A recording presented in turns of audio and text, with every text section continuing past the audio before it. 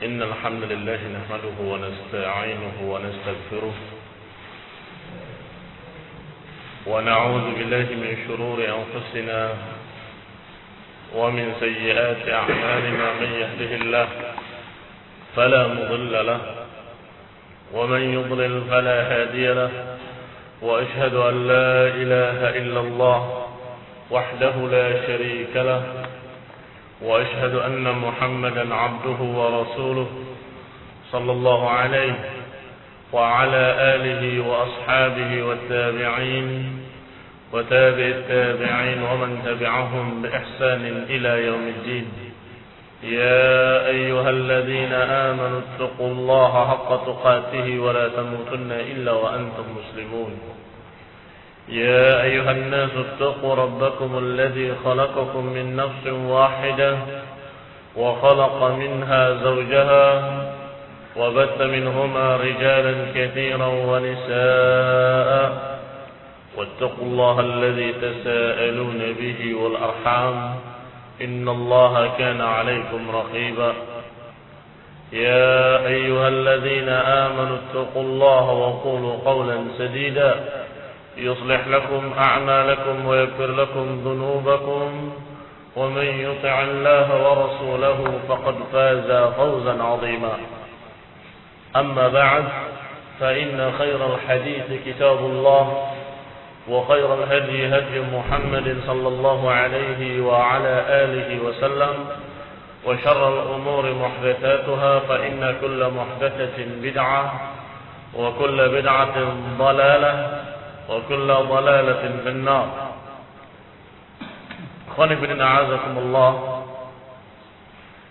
Setelah Syekhul Islam Ibnu Taimiyah rahimahullah di dalam awal risalahnya, yaitu risalah untuk penduduk wasat atau aqidah wasatiyah, setelah menyatakan bahwa ini adalah aqidah Ahlus Sunnah wal Jamaah yang akan najiyah, yang akan selamat dari api neraka, al-mansurah, yang akan dimenangkan oleh Allah Subhanahu wa taala, maka beliau memulai merincikan akidah mereka satu persatu. Qala rahimahullah: wa huwa al-iman billahi wa malaikatihi wa kutubihi wa rusulihi wal ba'th ba'da al-maut wal iman bil qadari khairi wa syarri. Yaitu keimanan kepada Allah, beriman kepada malaikat-malaikatnya, kitab-kitabnya, rasul-rasulnya, dan kebangkitan setelah mati, dan keimanan kepada takdir baik dan buruknya. Ini akidah Ahlus Sunnah wal Jamaah, dan ini yang dikatakan akidah Firqatul Najiyah dan Taifatul Mansurah. Hadhil umur sittah, kata Syekh Muhammad Khalil Harras, 6 perkara ini merupakan rukun iman. Fala yatimmu imanu ahadin illa idza amana biha jami'a. Dan tidak dikatakan beriman seseorang sampai dia beriman dengan semuanya itu tadi. Beriman kepada Allah, beriman kepada malaikat-malaikatnya, beriman kepada kitab-kitabnya, rasul-rasulnya, kebangkitan setelah mati, dan beriman kepada takdir baik dan buruknya. Dan tentunya yang dimaksud keimanan adalah iman ala wajhi sahih, iman dengan cara yang benar. Karena banyak orang yang mengimani sesuatu tetapi dengan cara yang salah. Beriman kepada malaikat, saya yakin terhadap malaikat, tetapi dengan cara yang salah. Malaikat itu adalah sejenis perasaan yang ada di dalam tubuh manusia, yang perasaan itu adalah cenderung kepada kebaikan, maka itu malaikat. Dan kalau ada perasaan-perasaan yang cenderung kepada kejelekan, maka itu adalah syaitan. Dan malaikat dan syaitan itu bukan makhluk, tetapi sifat yang ada pada tubuh-tubuh manusia. Pada i'tiqad batil. Ini keyakinan yang batil.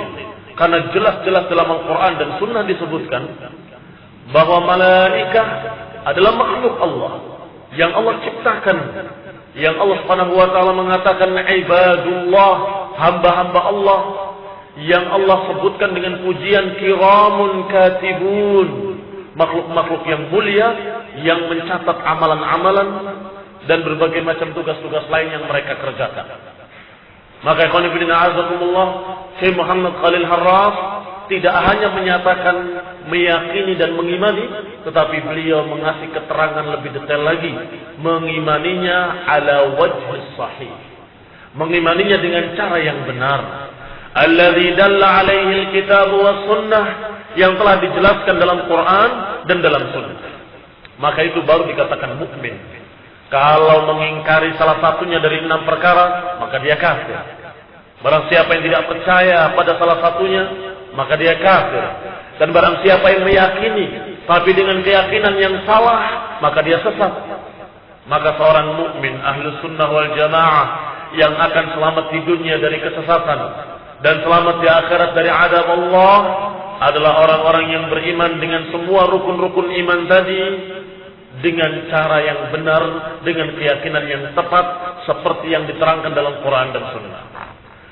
Faman jahada syai'an minha aw amana bihi ala ghairi hadzal wajh faqad kafar. Kata Syekh Muhammad Khalil Harras rahimahullah, barang siapa yang mengingkari salah satunya atau meyakininya dengan keyakinan yang salah, yakni dengan keyakinan yang sesat, maka dia telah kafir. Wa qad dzukirat kulluha fi hadis Jibril masyhur. Dan 6 perkara ini sudah disebutkan secara lengkap di dalam hadis Jibril yang masyhur, yang banyak dikenal dan sudah banyak dibaca oleh kaum muslimin, yaitu ketika datang kepada Rasulullah sallallahu alaihi wa ala alihi wasallam Jibril dalam bentuk seorang A'rabi, dalam bentuk seorang manusia. Seorang manusia yang A'rab, yakni yang tinggal di badiah, yang tinggal di kampung, yang tidak dikenal oleh orang-orang kota. Datang dalam keadaan syadidu bayad siyab wa syadidu sawad sya'ab. Datang dalam keadaan bajunya sangat putih dan rambutnya sangat hitam. Dan tentunya ini merupakan perkara yang aneh. Karena yang namanya badiah atau orang-orang Badui atau orang-orang Arab, biasanya pakaian mereka lusuh dan kotor berdebu, dan biasanya rambut mereka kusut karena mereka dalam keadaan selalu safar, karena mereka nomaden dan berjalan berpindah-pindah tempat. Mereka tidak tinggal kecuali di kemah-kemah mereka, dan kalau rumputan habis mereka pindah ke tempat lain. Tetapi di sini datang seseorang yang dikatakan oleh para sahabat, la ya'rifuhu minna ahad. Kami tidak mengenalinya. Seorang pun dari kami tidak mengenalinya. Wala yura atharus safar, dan tidak dilihat tanda-tanda safar. Harusnya kan salah satu dari dua ini. Kalau tidak dikenal berarti musafir. Kalau musafir ada tanda-tanda safar. Kalau tidak ada tanda-tanda safar, berarti dia bukan musafir. Tinggal di situ dalam keadaan bermalam di situ, sehingga mandi di situ dalam keadaan segar. Pasti ada yang kenal salah satunya. Mesti tinggal di salah satu rumah-rumah di Madinah. Tetapi dua-duanya tidak. Yang pertama tidak ada tanda-tanda safar, berarti mukim. Siapa yang kenal? Tidak ada pula yang kenal. Maka para sahabat mengatakan, kami tidak ada yang mengenalinya dan tidak tampak bekas-bekas safar. Kemudian datang kepada Rasulullah SAW. Asnada rukbatayhi ila rukbatayhi, menyandarkan dua lututnya kepada dua lutut Rasulullah. Berarti begitu dekat di hadapan Rasulullah sampai bersentuhan lutut dengan lutut. Dan kemudian meletakkan kedua tangannya di paha Rasulullah sallallahu alaihi wa ala alihi wasallam. Kemudian meminta diterangkan mal Islam, mal iman. Ketika ditanya apa itu Islam, dijawab oleh Rasulullah SAW dengan rukun Islam. yang tashhadu an la ilaha illallah wa anna Muhammadan Rasulullah wa tuqimus salah. Engkau bersyahadat dengan dua syahadat, kemudian mendirikan salat, mengeluarkan zakat, puasa bulan Ramadan, dan haji ila Baitillahil Haram. Kemudian bertanya pula, mal iman, apa itu iman? Maka Nabi menjawab, an tu'mina billahi wa malaikatihi wa kutubihi wa rusulihi wa tu'mina bil ba'thi ba'dal mauti wa bil qadari khairihi wa syarrihi. Dikatakan oleh Rasulullah SAW, yang namanya iman atau yang namanya rukun iman adalah engkau beriman kepada Allah, kepada malaikat-malaikatnya, kitab-kitabnya, rasul-rasulnya, dan beriman pula kepada kebangkitan dari kematian, dan beriman kepada takdir baik dan buruknya.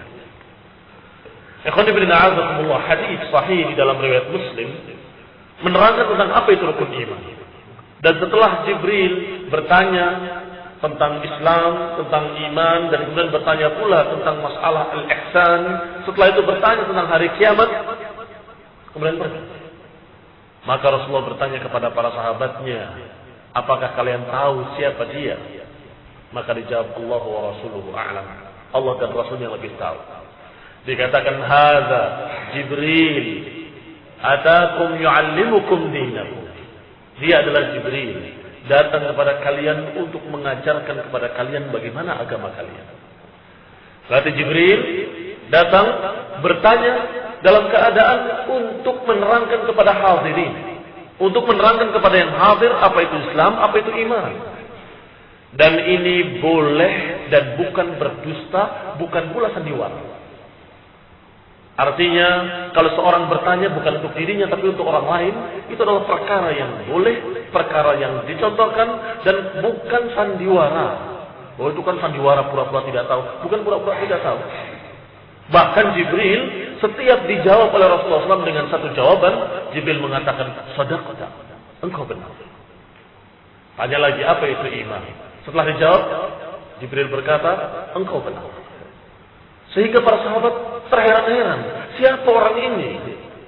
Yas'aluhu, dia bertanya kepadanya, tetapi setelah dijawab mengatakan, sadaqta, engkau benar. Membenarkannya. Berarti ini orang bukan tidak tahu. Ikhwan fillah a'azakumullah, maka ketika Rasulullah menjawab Jibril, baru terjawab semua pertanyaan-pertanyaan hati-hati para sahabat. Ternyata itu adalah Jibril, atakum yu'allimukum dinakum. Datang kepada kalian untuk mengajarkan bagaimana agama kalian, din kalian, apa itu Islam, apa itu iman, apa itu ihsan. Maka yang sedang dibahas sekarang adalah masalah iman.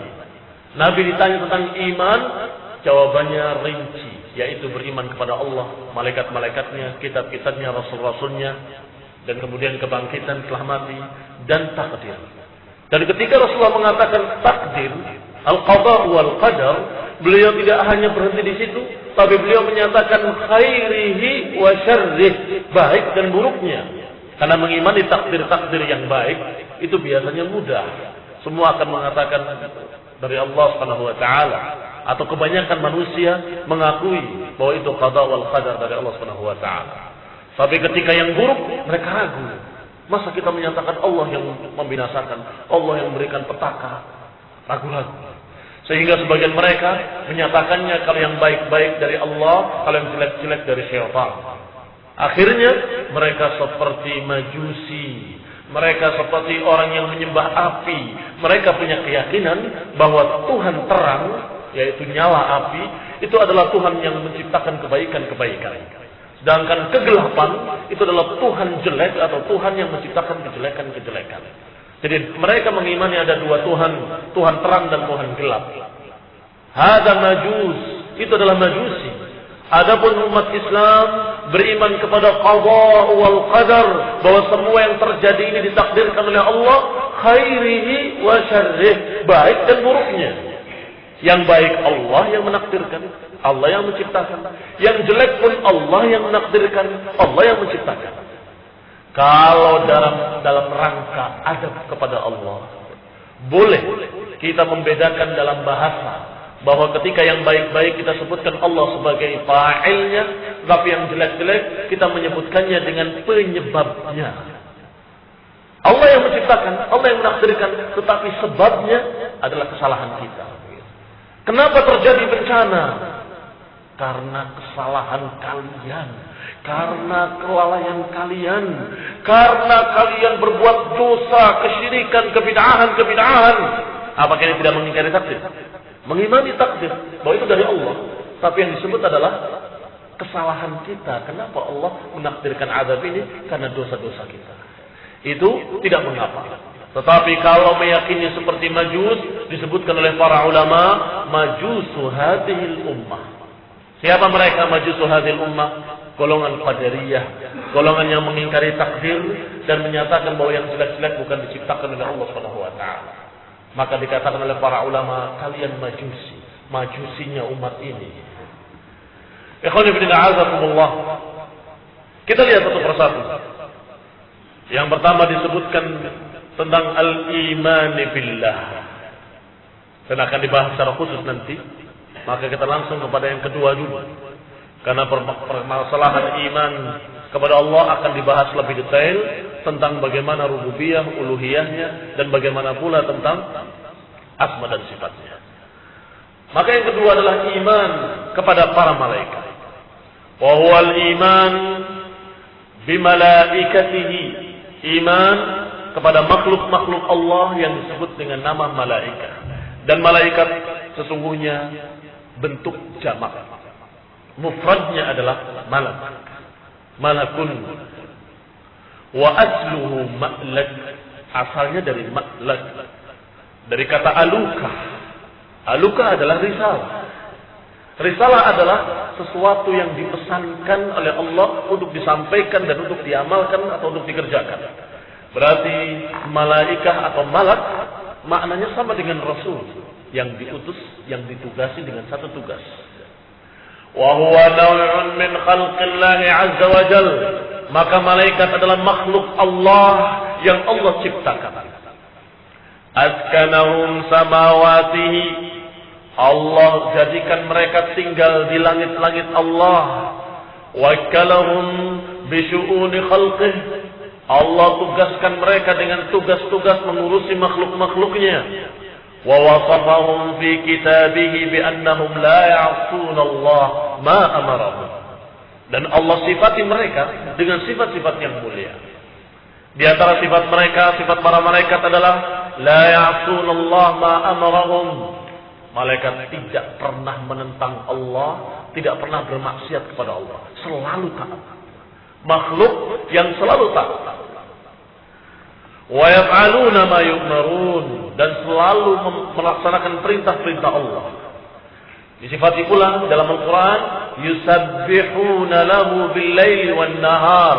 Malaikat itu selalu bertasbih, memuji Allah Subhanahu wa taala, mensucikan Allah Subhanahu wa taala, la yafturun, tidak pernah bosan. Ini malaikat-malaikat. Demikian mulia sifatnya, kiram, yang mulia. Katibun, pencatat, atau dikatakan dengan la ya'sulullah ma amarahum, tidak pernah menentang perintah Allah. Yusabbihuna bil-laili wan-nahar, memuji Allah siang dan malam. Fayajib alaina al-iman bima warada fi haqqihim. Maka wajib kita beriman tentang hak-hak para malaikat dan sifat-sifatnya yang mulia. Harus kita imani dan kita muliakan. Jangan kita rendahkan dengan menyatakan bahwa malaikat itu adalah seperti sejenis bakteri atau sejenis virus yang mempengaruhi seseorang kepada kebaikan-kebaikan. Ini merendahkan. Bagaimana mungkin malaikat yang mulia, yang dikatakan ibadun mukramun, hamba-hamba Allah yang dimuliakan, yang dikatakan kiramun katibun, ternyata dikatakan sebagai virus yang la syai', yang enggak ada nilainya. Tidak ada nilainya dari sisi khalq, penciptaan, dan tidak ada nilainya pula dari sisi mereka tidak memiliki taklif. Tidak seperti manusia memiliki taklif. Itu pun dikatakan manusia tidak selalu taat, kadang bermaksiat. Sedangkan malaikat selalu dalam keadaan taat. Maka ikhwan fillah a'azakumullah, wajib bagi ahli sunnah wal jamaah dan seluruh kaum muslimin untuk mengimani malaikat dengan sifat-sifatnya, sesuai dengan apa yang Allah sebutkan dalam Al-Quran dan apa yang disebutkan oleh Rasulullah SAW dalam hadis-hadis yang sahih. Wal imsak amma wara'a dzalik, dan kemudian diam dari apa-apa yang selain itu. Artinya tidak ikut-ikutan berbicara menjelekkan para malaikat. fa inna hadza min syu'unil ghaib allati la ta'lam minha illa ma 'allamana Allah wa rasuluh. Karena malaikat ini termasuk makhluk yang tidak hidup di alam kita, hidup di alam lain, sehingga kita tidak melihatnya dengan mata kita, tidak mendengarnya dengan telinga kita, tidak bisa merabanya dengan panca indera kita, tidak bisa. Maka tidak ada yang bisa mengenali kayak apa malaikat kecuali berita dari Quran dan Sunnah. Kalau demikian keadaannya, berarti kita harus tunduk, patuh, dan percaya dengan apa yang diceritakan dalam Quran dan Sunnah. Jibril datang dalam keadaan berbentuk manusia, seperti ini, aman Nabi, kami beriman. Allah ceritakan tentang malaikat yang diperintahkan untuk mengajarkan sihir. Itu ala qaul, ala tafsir yang menyatakan demikian. Berarti ada malaikat yang jelek, dia mentaati perintah Allah dan mengatakan fala takfur, jangan kalian kufur. Selesai. Jangan kita terangkan dengan akal kita atau dengan perasaan kita atau dengan perkara-perkara yang bukan dari Quran, bukan dari Sunnah. Oh, malaikat itu begini. Tidak pernah. Apa yang disebutkan dalam Quran bahwa mereka lahu ajnihatun matna wa thulatha wa ruba', bahwa malaikat-malaikat itu memiliki sayap-sayap, ada yang satu, ada yang dua, ada yang tiga, ada yang empat. Dan dikatakan Jibril memiliki 600 sayap dalam hadis yang sahih. Berarti di sini Al-Quran menyatakan ada malaikat yang bersayap 2 kanan kiri, ada yang bersayap 4, ada yang bersayap 3, dan seterusnya. Sedangkan Jibril disebutkan 600 sayap dan satu sayapnya kalau dikembangkan menutupi ufuk. Kayak apa itu? Tidak tahu. Itu berita yang benar, berita yang pasti, tetapi kita tidak bisa merabanya dengan panca indera kita. Maka tidak lain hanya kita katakan amanna bihi kullun min 'indi rabbina, itu kami imani karena itu beritanya dari Allah Subhanahu wa taala. Dari Quran itu dari Allah Subhanahu wa taala. Dari Rasul itu dari Allah Subhanahu wa taala. Karena Rasulullah tidak berani mengucapkan dari hawa nafsunya, melainkan wahyu yang diwahyukan kepadanya.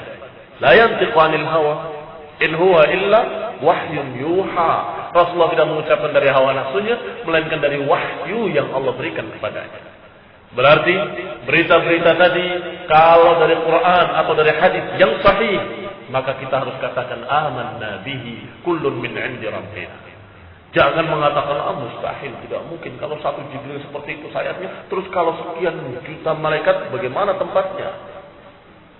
Ikhwan fillah a'azakumullah. Jangan kita berpikir dengan akal kita yang bodoh, otak kita yang sangat terbatas untuk memikirkan dimensi yang sangat jauh, yang bukan kapasitas kita untuk memikirkannya. Ikhwan fillah a'azakumullah.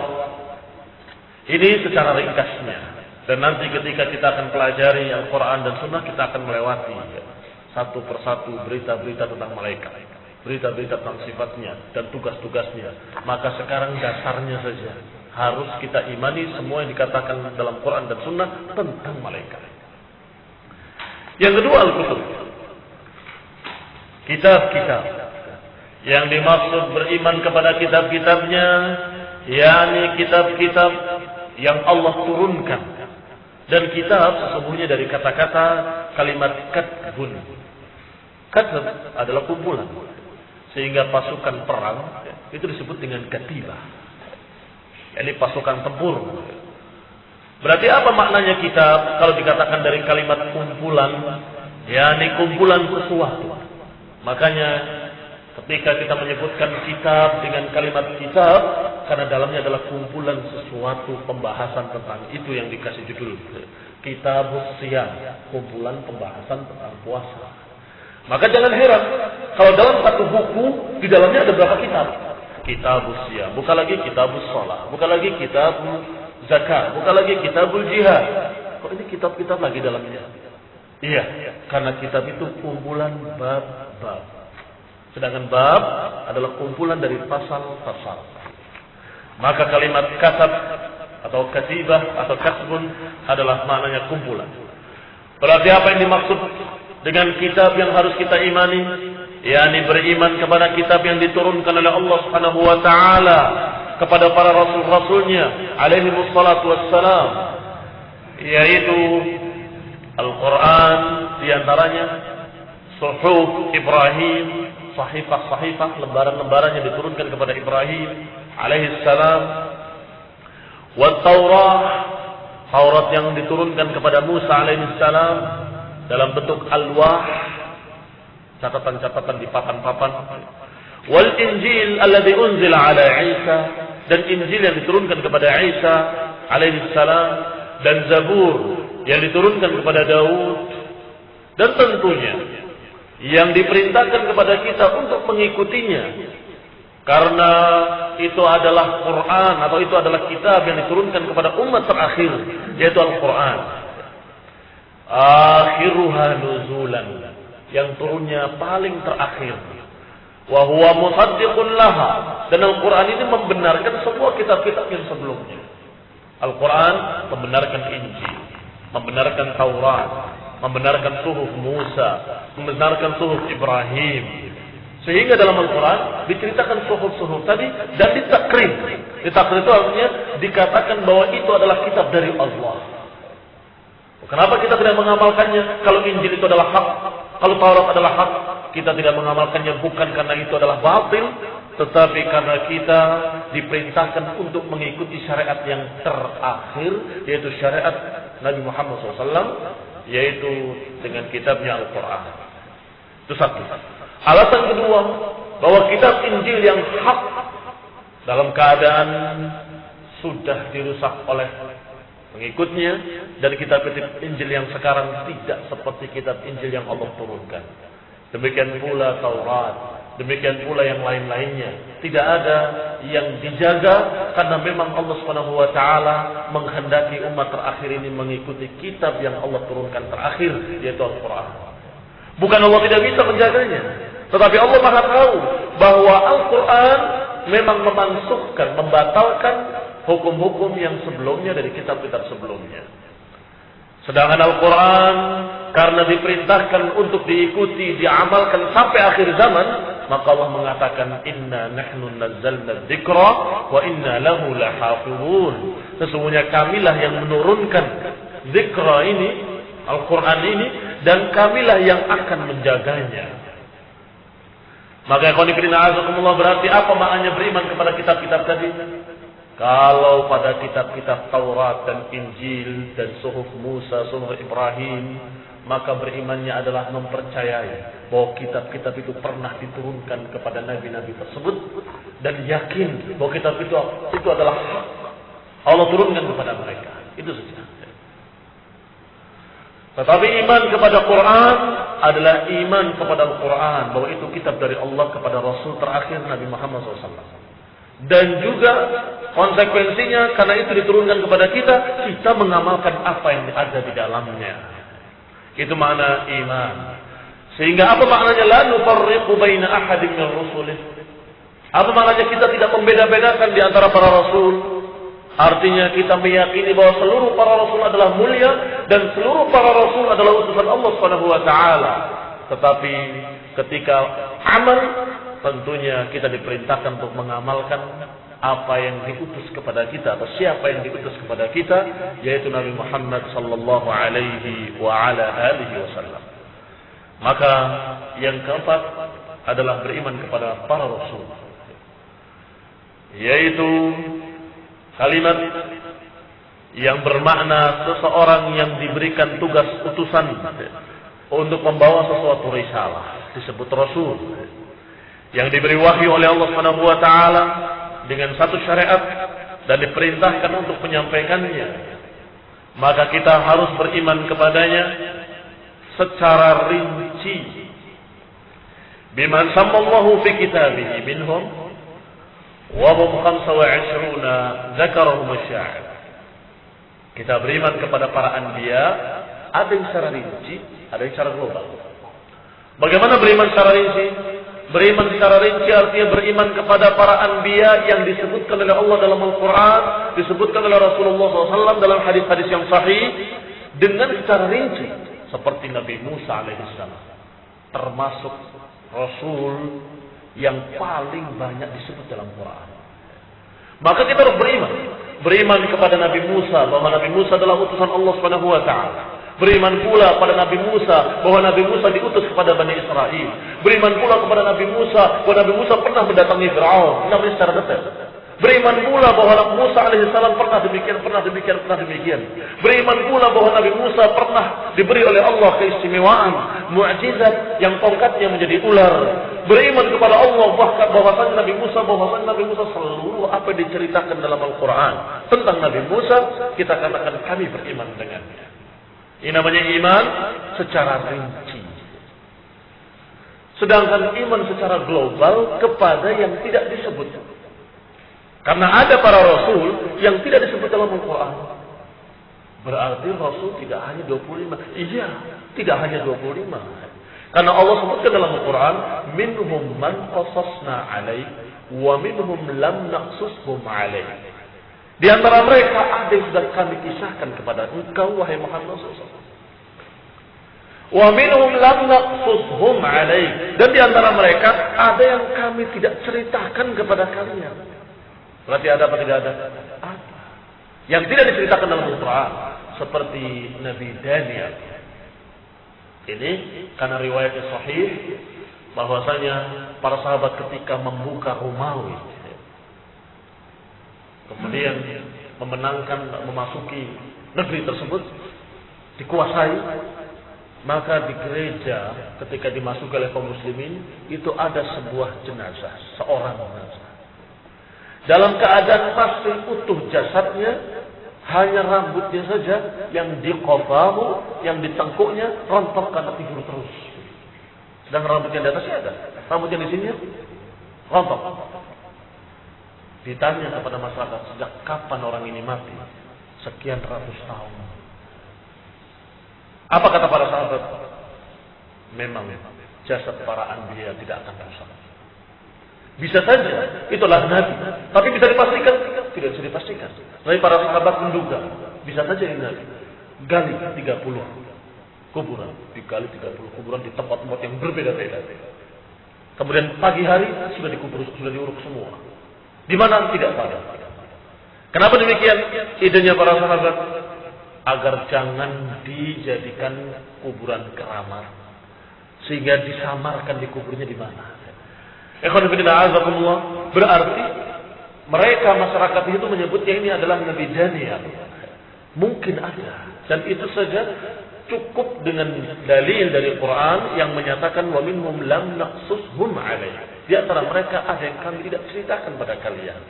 Berarti yang disebutkan dalam Al-Quran kita imani secara rinci, dan yang tidak disebut kita imani secara global bahwa kami beriman adanya para rasul yang diutus kepada manusia. Selain itu, siapa, bagaimana, namanya, kisahnya, wallahu taala a'lam. Kita iman globalnya saja.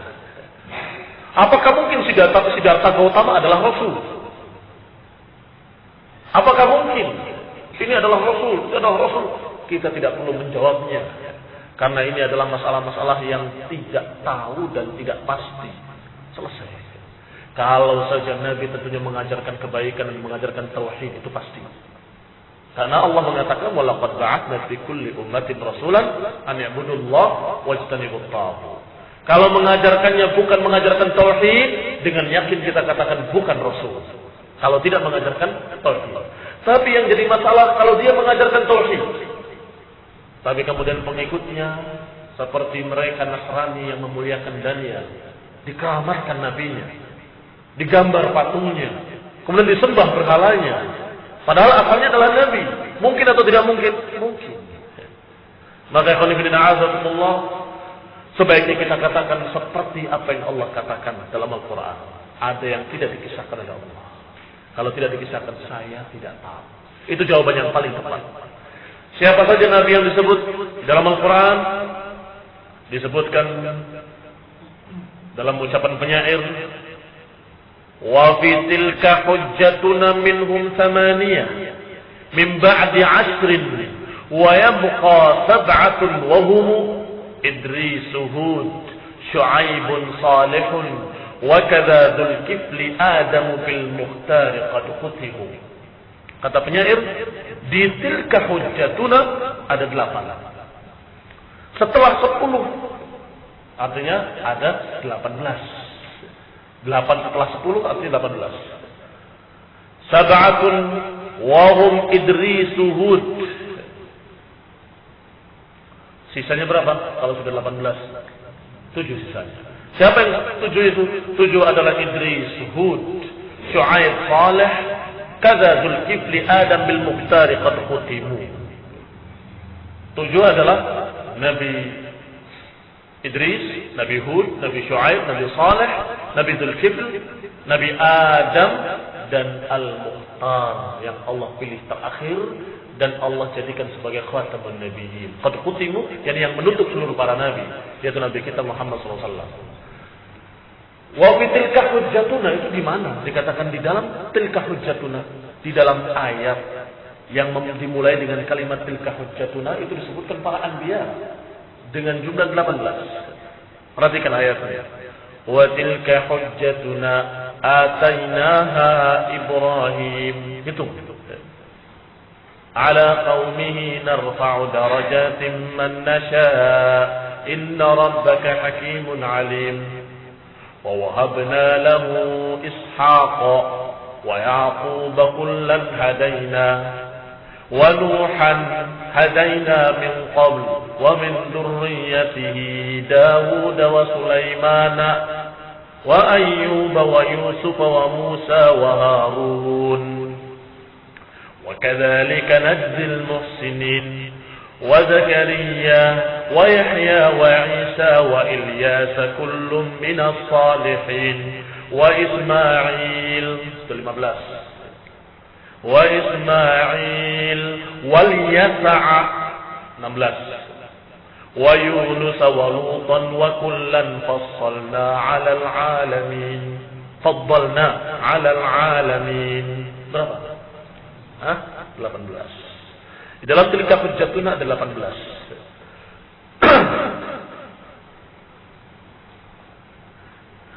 Berarti kata penyair tadi 18 di dalam ayat tilka hujjatuna, dan kemudian 7-nya adalah Idris, Hud, Syu'aib, Saleh, Dzulkifli, Adam, dan kemudian Nabi kita Muhammad sallallahu alaihi wa ala alihi wasallam. Wa amma man 'ada haula'i minar rusuli wal anbiya'i fanu'min bihim ijmalan. Adapun selain mereka yang disebut dalam Quran, berarti selain mereka yang tidak disebut, maka kita imani secara global, kita yakini kenabian mereka, risalah mereka, tanpa kita memaksa-maksakan diri untuk menyebutkan siapa, bagaimana ceritanya, tidak perlu memaksa-maksakan diri. Allah Subhanahu wa taala menyatakan wa rusulan qad qasasnahum 'alaik, dan rasul-rasul yang telah kami kisahkan kepada kalian dalam surat An-Nisa ayat 164.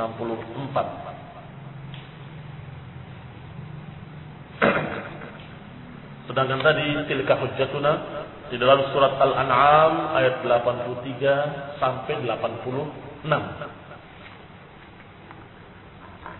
Sedangkan dalam surat An-Nisa Allah katakan rusulan qad qasasnahum 'alaik min qabl wa rusulan lam naqsushum 'alaik.